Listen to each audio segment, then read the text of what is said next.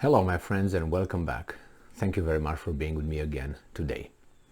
The Ukrainians give us a number of actions that the Russians took on the military front, and they tell us about the Russians' attacks with missiles and rockets, and it seems like that's all they do, but not really, because I read some other articles where the Ukrainians are barely repelling the Russian forces' offensive. But in this case, I have two articles coming from the same source, which is Ukrainska Pravda, from today, October 9th, 2022.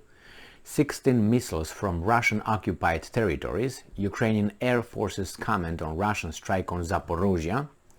And the other article is Russian forces fire up to 70 rockets and shells on Dnipropetrovsk oblast. No civilian casualties. So let's start with the first one, with 16 missiles. So Ukraine's air forces have reported that Russian occupiers fired 16 rockets at Zaporizhzhya on October 9th, killing at least 12 people. Any military personnel, any weapons destroyed? No.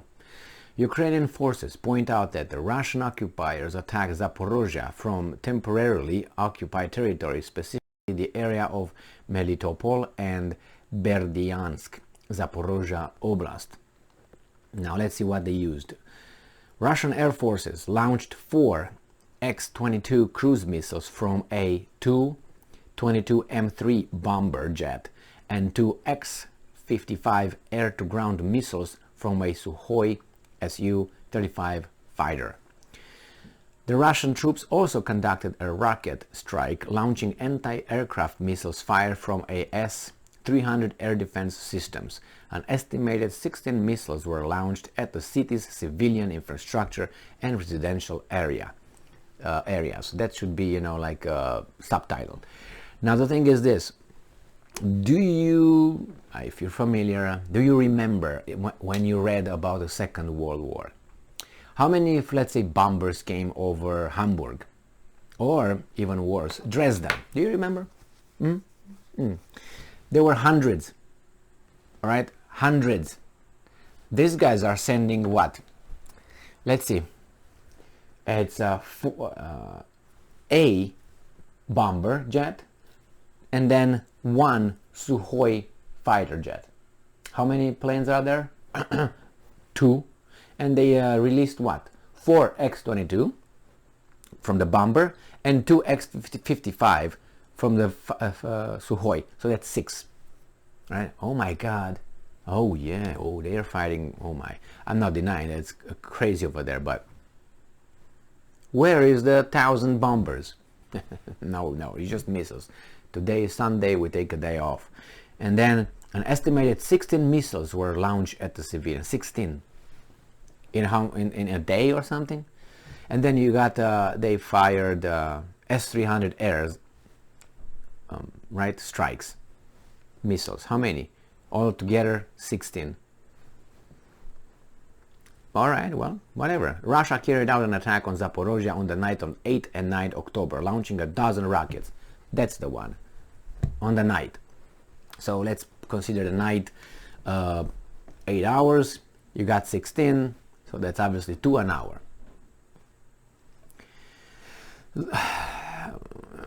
I don't know, unless these guys are just, these guys being the Russians in this case, are just pinpointing certain kind of, and are not carpet bombing Zaporizhzhia Oblast, and just pinpointing, okay, that's over there, it's a, I don't know what kind of system it is, we're gonna bomb it there, boom, and another one over there, boom, another one over there, boom.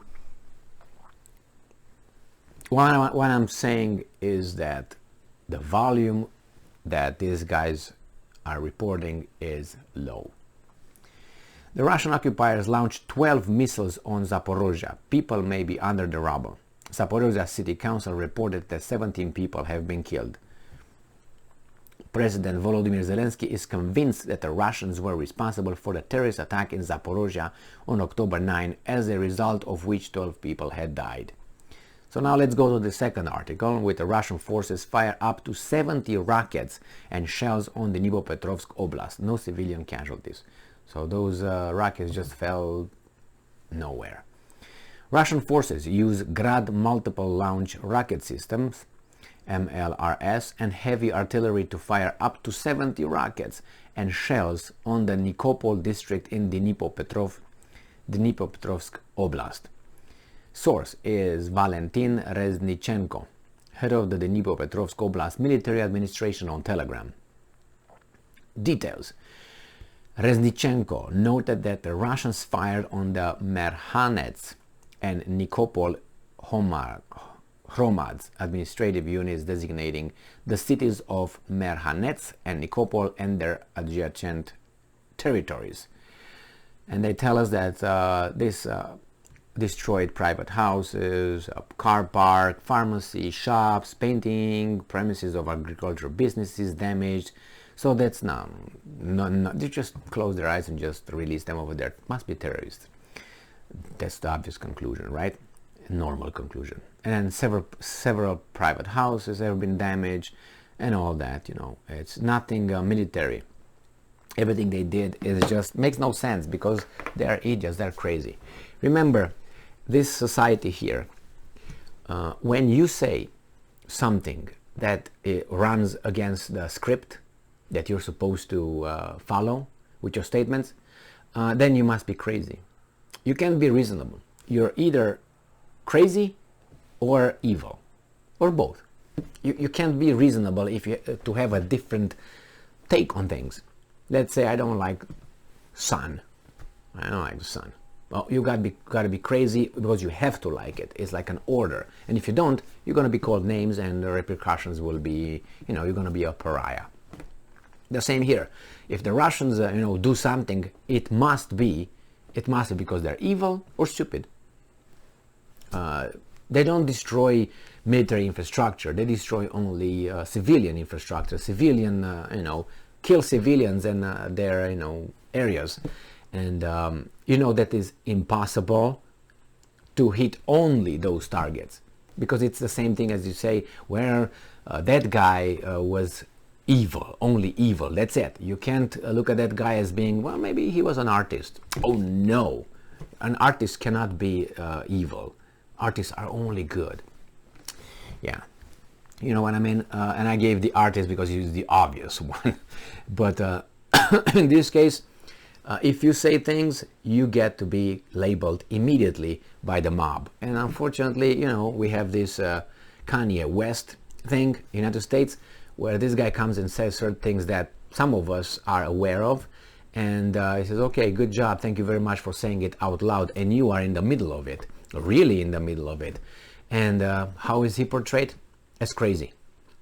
As crazy. Why? Because we have to laugh. We have to ridicule him for saying that. The same thing as we with the clothes of the emperor. The emperor has no clothes. It has to be a child who doesn't know the norms of the society and what you're supposed to or what you're not supposed to, or a crazy guy.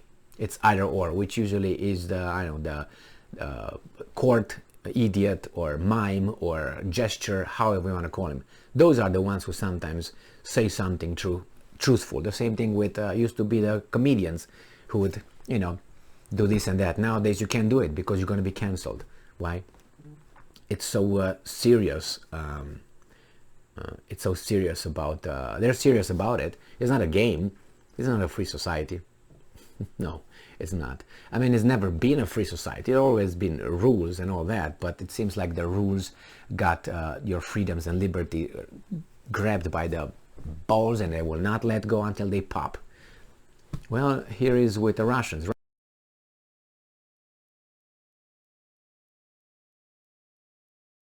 Russia to have reason from any position. I'm talking about the official position. Name me one that the West would say, well, this guy is a normal person. No, they're all crazies. Medvedev is crazy, Shoigu is crazy or stupid, Putin definitely right over there, Lavrov, Peskov, Zakharova, Pushilin, all these guys are just evil, crazy, or stupid. That's an impossibility. So that means these guys are basically, technically, directly, truly lying. Thank you very much for being with me again today. Stay strong, stay smart, look for the truth, and be just.